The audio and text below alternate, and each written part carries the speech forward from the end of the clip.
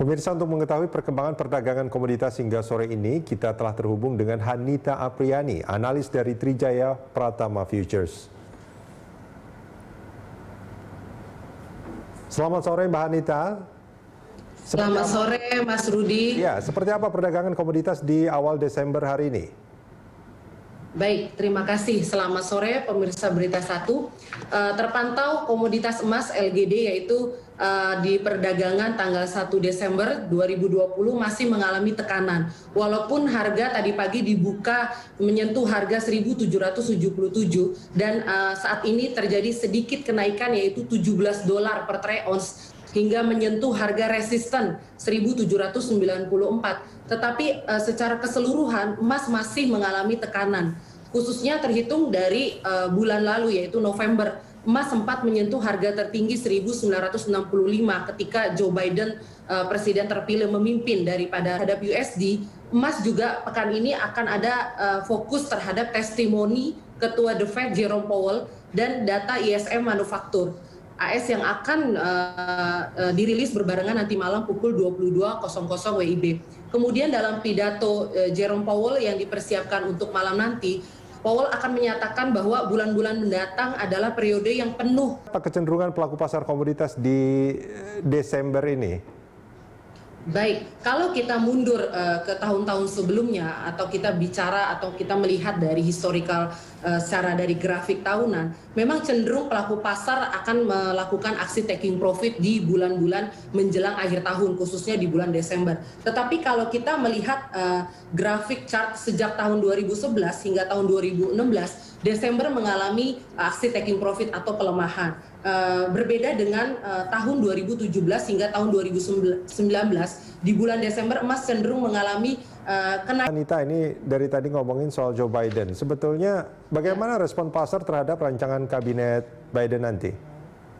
Ya, kalau kita melihat dari beberapa berita yang masuk ke kita ya, dari beberapa situs berita terlihat respon pasar terhadap rancangan kabinet dari presiden terpilih yaitu Joe Biden memberikan angin segar atau berdampak positif khususnya terhadap pasar indeks Dow Jones yang kemarin sempat menembus level 30.000 pada penutupan Selasa minggu lalu.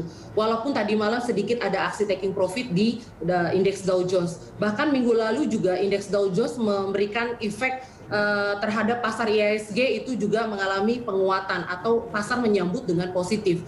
Karena beberapa analis menjelaskan pasar sangat mengapresiasi pencalonan juga Janet Yellen sebagai Menteri Keuangan Amerika Serikat. Pasalnya, Janet Yellen dianggap sukses memimpin The Fed pada periode 2014 hingga 2018 lalu.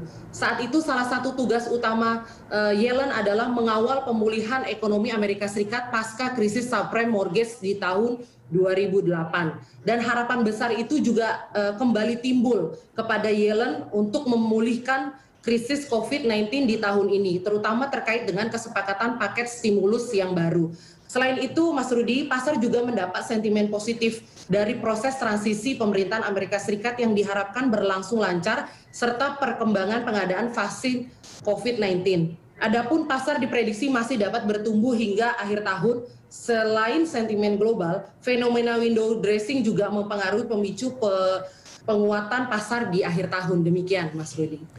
Mbak Anita, selain emas, seperti apa tren komoditas lain, olein misalnya?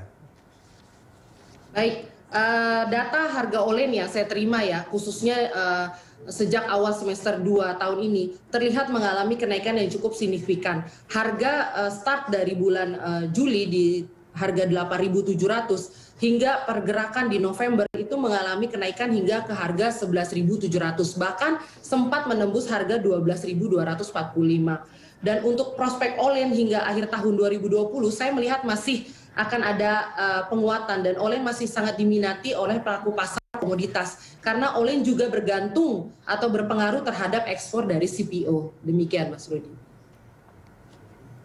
Baik, Mbak Anita, terima kasih atas infonya. Pemirsa, Hanita Apriani, analis dari Trijaya Pratama Futures.